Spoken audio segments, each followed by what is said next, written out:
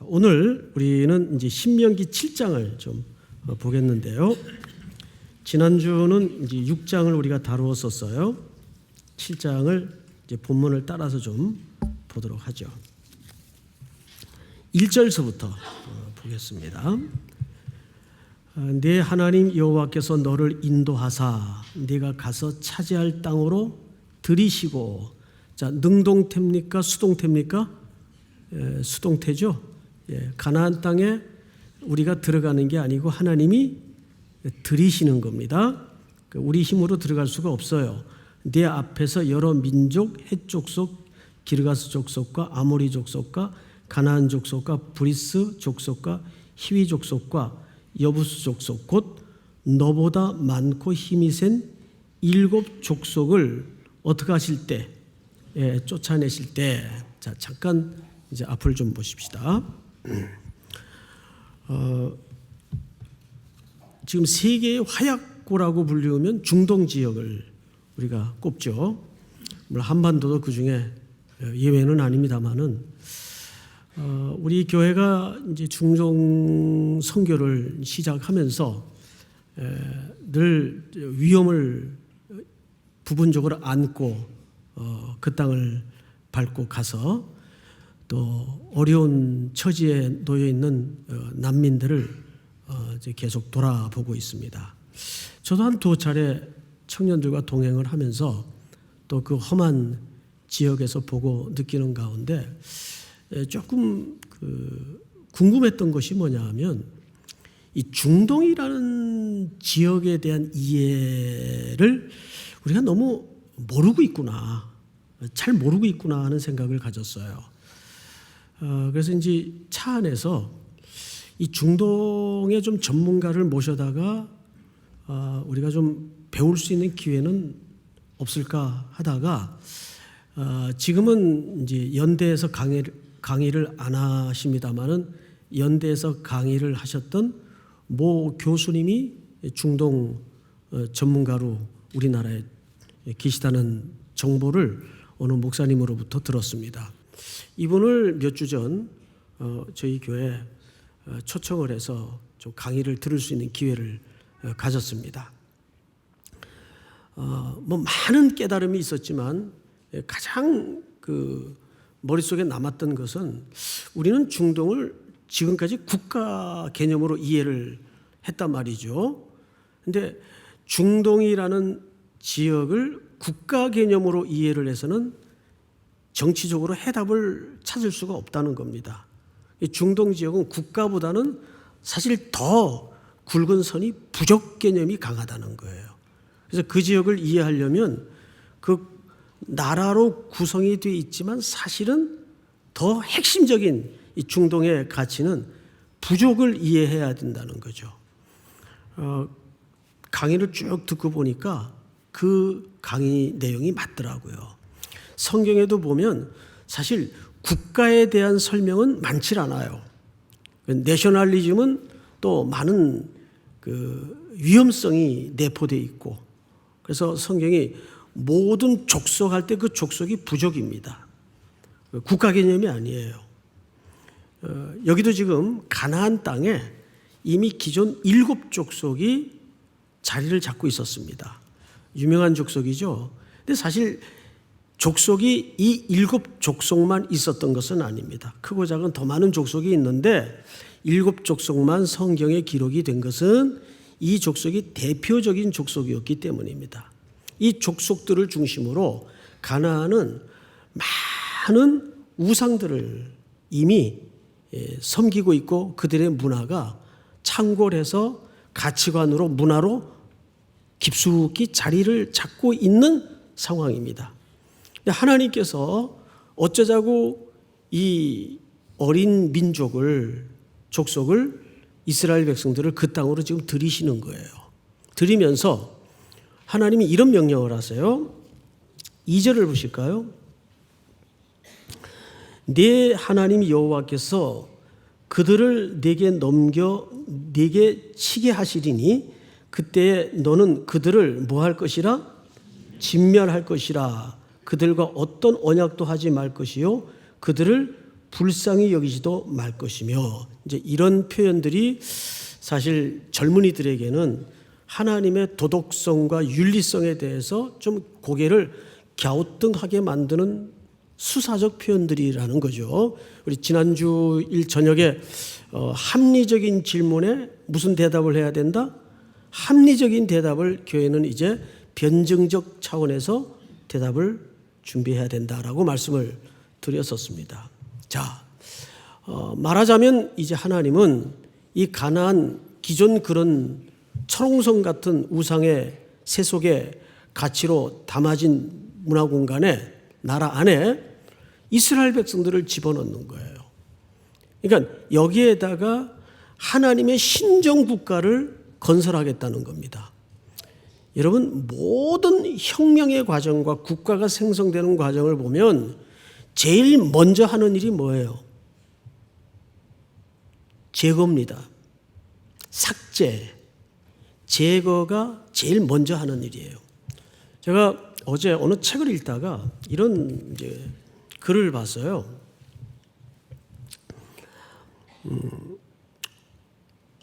애플의 디자인 철학을 한마디로 표현하면 정교함이 궁극에 이르면 단순함이 된다라고 말할 수 있다.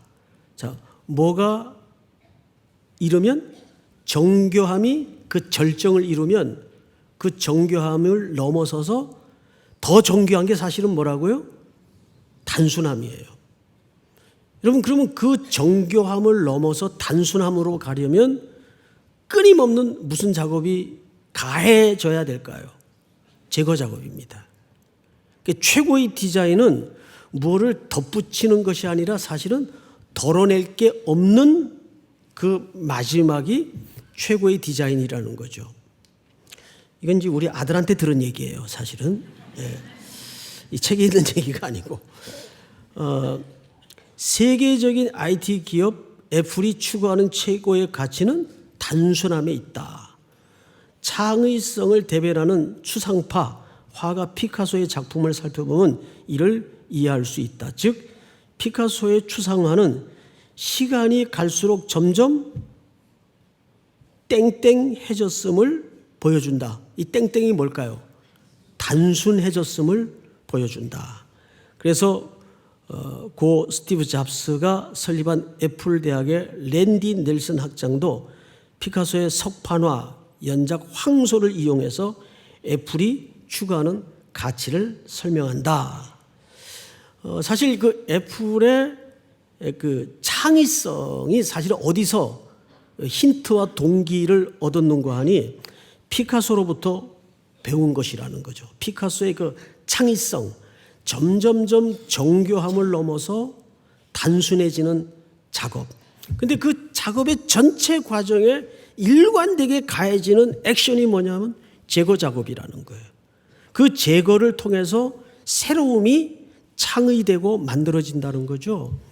자, 그렇듯이 하나님께서 한 민족을 구분하여 택하셨어요. 그리고 이제 이미 7 족속을 대표하는 우상의 문화가 빼곡히 얹어져 있는 가나안 땅에 이 민족을 지금 들여미는 겁니다. 그러면 당연히 제일 먼저 일어나야 될 하나님의 액션은 뭘까요? 이 백성들을 통해서 제거하는 거예요. 뭘 제거할까요? 이 땅의 세속의 가치와 우상의 문화를 제거하자는 거예요. 그것이 오늘 성경에서는 무슨 법으로 등장을 합니까? 헤렘법, 즉 진멸이라는 표현이죠. 그 진멸은 하나님의 전쟁이에요. 헤렘. 성경은 끊임없이 이 전쟁의 연속입니다. 여러분, 우리 아말렉과의 전쟁을 지난 금요일 날 잠깐 언급했었죠? 그들은 이미 홍해를 건너 구원받은 백성이에요. 근데 구원받았는데 그들 앞에 뭐가 부닥쳐 있죠? 새로운 전쟁이 부닥치더라고요. 그 첫 번째 상대가 아말렉입니다. 아말렉은 어떤 상대를 얘기하는 상대 개념의 대적이 아니에요. 구원받았지만 내 안에 여전히 남아있는 애굽의 가치, 세속의 문화, 이런 것들을 아말렉으로 상징시켜서 그걸 끊임없이 제거하자는 거예요.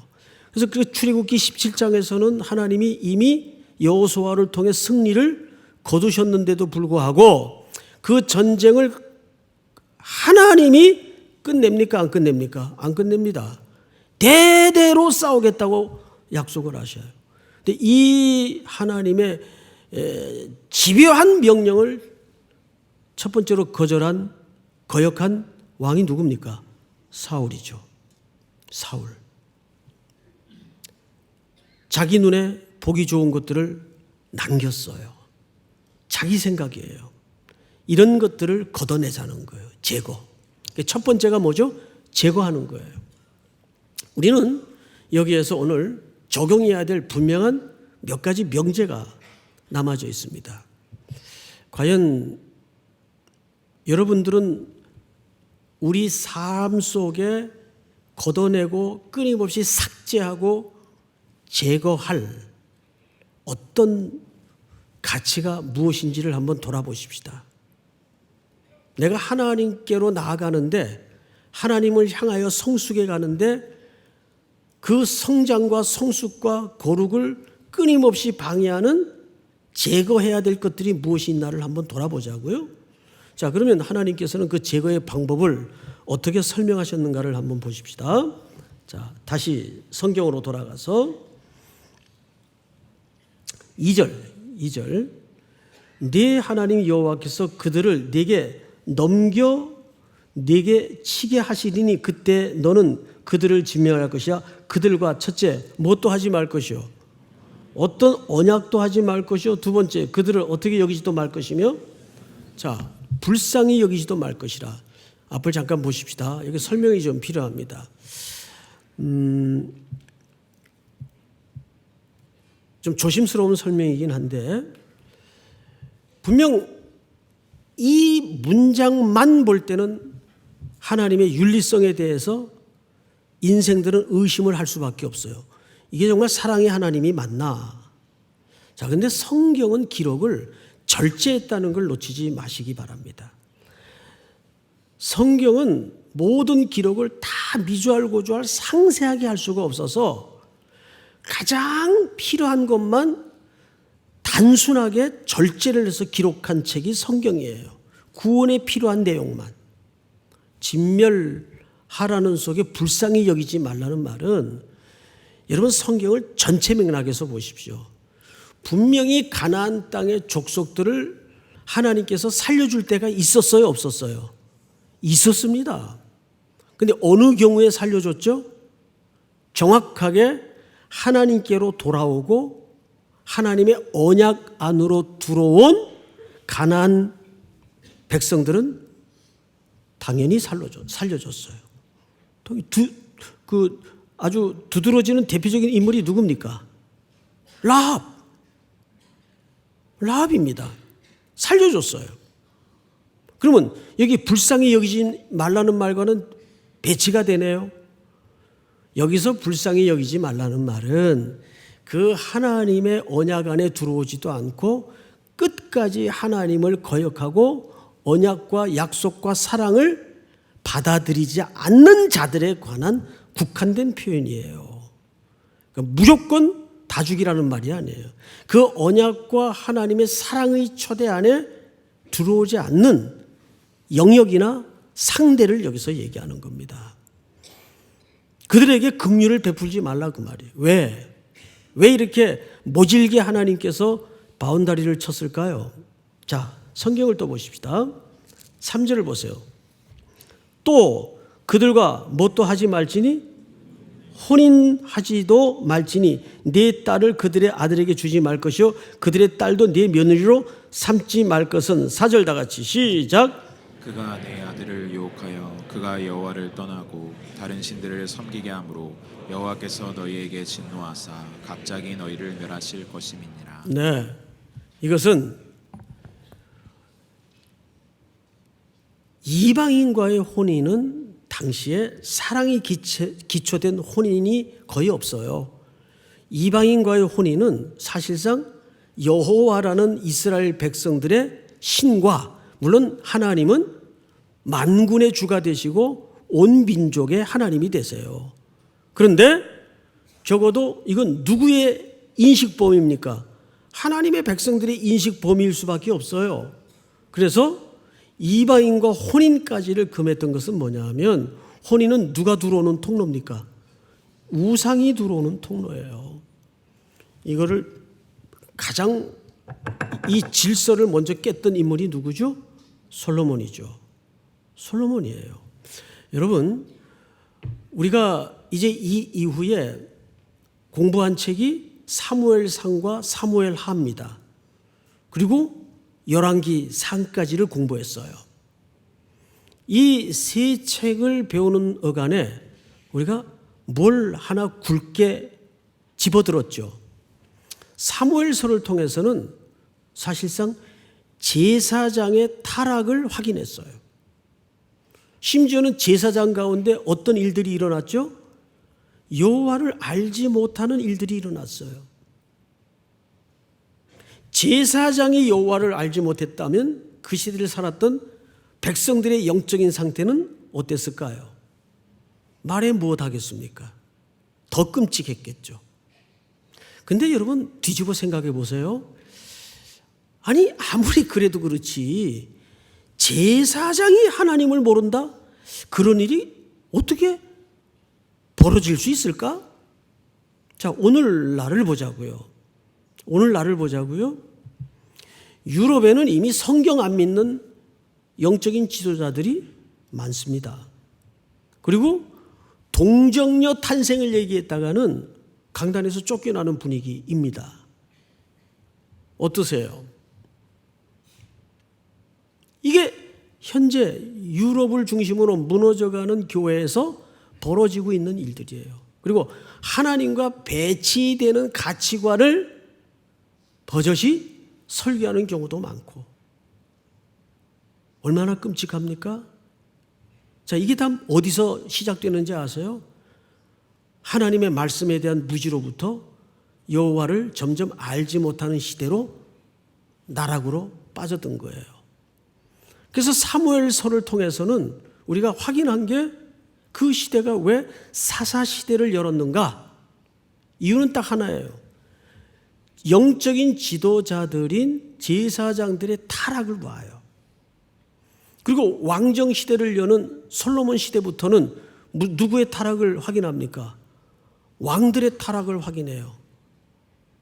이 모두가 사실은 백성들이 요구했던 일 아닙니까? 우리에게도 왕을 주소서, 왕을 구했어요. 그런데 열왕기 3장에 보면 찾지 마십시오. 솔로몬이 왕이 되자마자 제일 먼저 한 일 혹시 뭔지 아십니까? 바로의 딸을 아내로 맞은 일입니다. 기억나시나요? 그럼 그게 곧 무슨 얘기가 됩니까? 그때 가장 강력한 대국이 애굽이에요. 그 애굽의 바로의 딸을 아내로 맞았다는 것은 두 가지 얘기를 성경은 하고 싶은 겁니다. 이스라엘이라는 나라는 마땅히 하나님이 지키고 하나님이 보호하시는 나라예요. 그런데 다윗의 뒤를 이어서 왕이 된 솔로몬은 다윗까지는 어찌어찌 나라가 버텨냈는데 솔로몬은 그만 이 나라의 왕은 지금도 마찬가지 지도자는 항상 백성들에 대해서 두 가지 책임이 있어요. 안보, 먹거리입니다. 먹여야 돼요. 그게 경제와 안보입니다. 이건 동서고금을 막론하고 어느 시대든지 똑같은 본질이에요. 근데 솔로몬은 이 두 가지를 결국 누구에게 의존하고 싶었던 겁니까? 애굽에 의존하고 싶었던 거예요. 그래서 애굽의 공주를 아내로 맞이합니다. 즉, 이 나라의 안보와 나라의 먹거리를 살아계신 하나님께 의존하지 않고 애굽에 의존하겠다는 복심을 가지고 정치적인 정략 결혼을 하게 됩니다. 그러면 그 여인이 결혼해 올 때 몸만 와요? 그 나라의 온갖 잡다한 신들을 다 가지고 옵니다. 이 이후에 한 번 물꼬가 터지니까 본물이 터지듯이 나중에 저 후반부쯤 가면 솔로몬의 여인이 몇 명이에요? 1000명. 이름이나 외웠나 모르겠어요. 1000명. 자, 거기 두 구분을 나누죠. 후궁 700, 첩 300입니다. 자, 신분이 달라요. 첩은 평민도 할 수 있는데 후궁은 정확하게 왕가의 여인들만 가능한 지위입니다. 그러면 도대체 주변 모든 나라와 정략 결혼을 했다는 얘기가 됩니다. 모든 나라와. 그러면 그 여인들이 그냥 오냐 그 말이에요. 자기들이 섬기고 신봉하던 신들을 다 가지고 와서 나중에는 하나님의 거룩한 성전 안에까지 우상숭배의 분향소가 차려지고 종교 백화점이 되고 맙니다. 이것이 이스라엘을 분열로 만들고 종국에는 나라의 패망을 가져오는, 그래서 어디로 끌려갑니까? 바벨론으로 끌려가는 거예요. 이게 역사가 실증해 주는, 나중에 열왕기상 7장에 보면 건축 얘기가 조금 생경스럽게 등장을 해요. 그런데 세 공간이 구조와 인테리어가 똑같습니다. 집무실, 왕궁, 바로 공주의 집이 똑같아요. 건물의 내용과 건물의 크기는 사실상 건축하시는 분들은 아시겠지만 가치관과 철학과 의도와 의미를 그 속에 담아내고 있는 거예요. 그러니까 이 이스라엘이라는 신정 국가여야 하는 하나님의 백성과 이 나라에 바로 공주의 역할과 영향력이 얼마나 막강한가를 그 구조와 건축물을 통해서 보여주는 겁니다. 아시는 것처럼 신명기서에 이제 장차 우리가 17장쯤 가서 하나님의 명령을 찾아보겠지만 신명기 17장에 보면 하나님께서 그때의 일들을 미리 예견하시고 너희 중에 틀림없이 왕을 요구하는 일들이 일어날 것이다. 그때에는 세 가지를 금하도록 해라. 은금을 많이 두지 말 것, 여자를 많이 두지 말 것, 병마를 많이 두지 말 것. 이 세 가지도 전부 어느 시대에 깨집니까? 솔로몬 시대에 깨집니다. 그러니까 하나님께서 오늘 혼인을 금하지 말라고 한 것은 그냥 한 얘기가 아니에요. 여러분 이런 표현 아십니까? 속성 변경이라는 표현 아십니까? 속성 변경. 이 표현은 이제 과학계에서도 쓰고 또 뭐 말하자면 경영 쪽에서도 종종 사용되는 표현인데 이런 거죠. 여러분 사실 처음에 냉장고를 만들 때 냉장고 문을 열면 불이 켜졌었습니까? 안 켜졌었습니까? 안 켜졌었어요. 근데 거기에 고무 버튼 하나를 누가 아이디어를 내가지고 만들어서 그게 문을 닫을 때 밀어지면 그 안에서 불이 꺼지고 문을 열면 물건 찾기 쉽게. 과거에는 깜깜한데 뭐 비틀비틀 잠결에 물목으로 걸어 나오다가 부딪히고 그런 경우가 많잖아요. 그런 어려운 상황을 좀 해결하기 위해서 문을 열면 버튼이 툭 튀어나와서 전기 접촉이 이루어져 냉장고 안에 깜깜함이 사라지고 빛이 들어와 물건을 잘 찾을 수 있는, 아이스크림도 꺼내 먹고 가능해진 거예요. 이걸 이제 속성 변경이라고 합니다. 자, 이제 오늘 본문 후반부에 가면 하나님께서 뭘 설치하냐 하면 율법을 설치해요.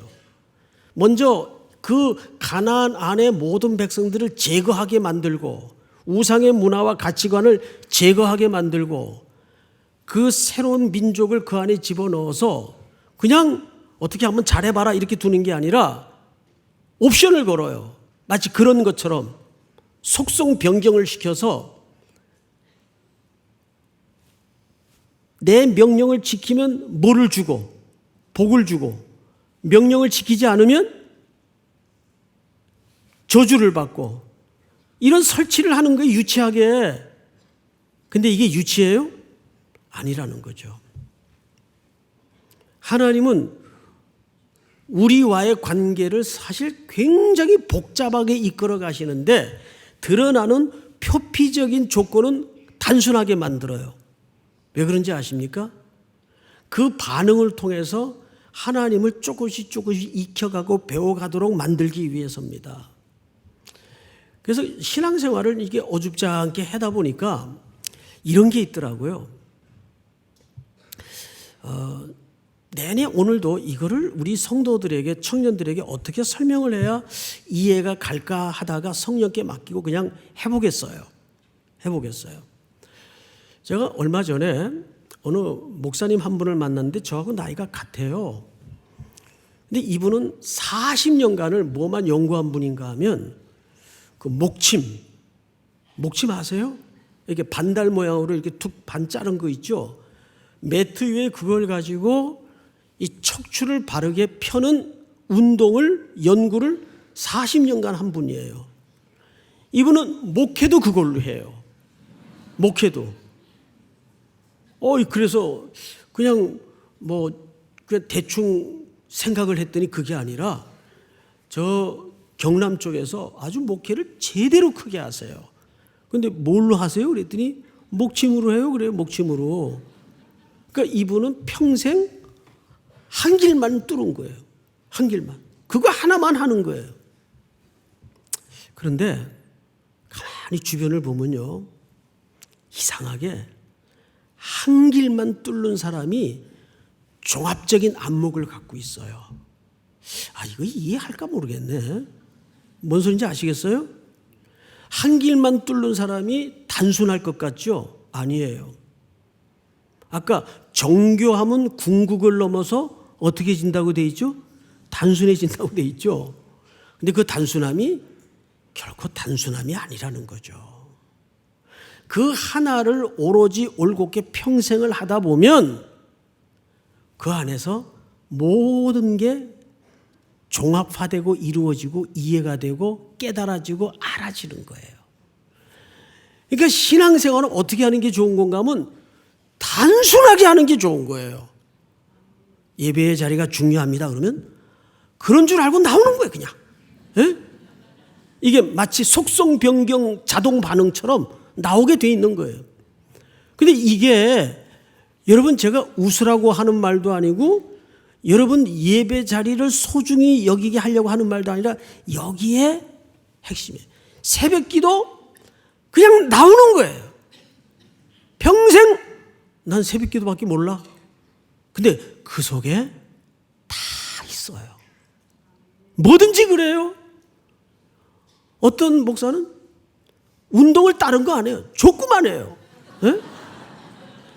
근데 그 안에서 목회를 배우고 인생을 배우고 진짜입니다. 인간을 이해하고 족구장의 목사님들 이렇게 하면 성격 꼬라지 다 나와. 네? 저분은 저런 성격을 가졌구나.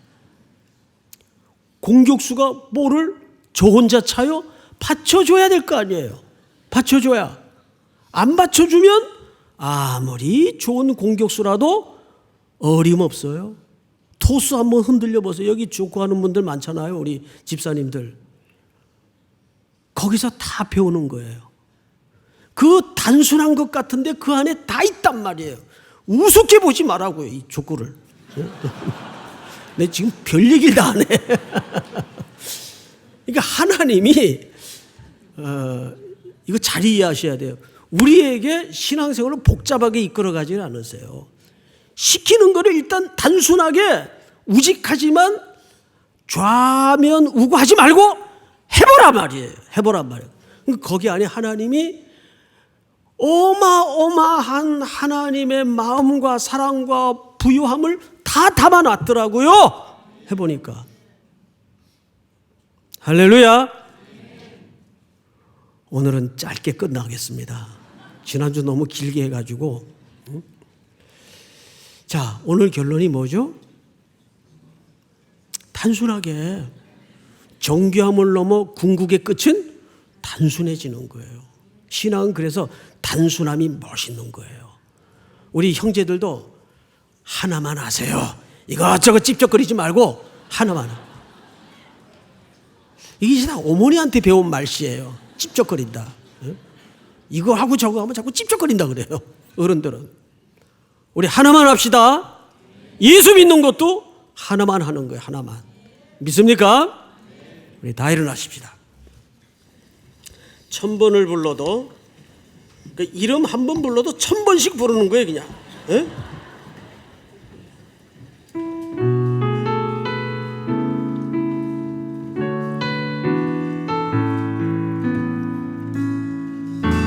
천번을 불러봐도 내 눈에 눈물이 멈추지 않는 것은 십자가의 그 사랑, 나를 살리려 지신 그 십자가, 모든 물과 피 나의 더러운 죄 씻으셨네. 나를 향한 그 사랑, 생명을 내어주사 영원한 생명을 내게 주심을 감사해. 천번을 불러도 내 눈에 눈물이 멈추지 않는 것은 십자가의 그 사랑, 나를 살리려 하늘 보좌버리신 나를 사랑하신 그분이 예수. 1000번을 불러도 내 눈에는 눈물이. 천번을 불러도 내 눈에는 눈물이 멈추지 않는 것은 십자가의 그 사랑, 나를 살리려 하늘 보좌버리신 나를 사랑하시는 그분이 예수요. 우리 한번 서신 채로 기도합시다. 기도도 많이 합시다. 기도 많이 해야 돼요. 여러분, 하나님이 왜 우리를 택하셨을까요? 성경은 기뻐서 택하셨다고 말씀하십니다. 오늘 본문에 보니까 기뻐서라는 말은 우리를 향한 갈망이 있다는 뜻입니다. 이해가 되세요? 이해는 안 되는데 믿어지잖아요. 그렇게 우리를 사랑하셨습니다.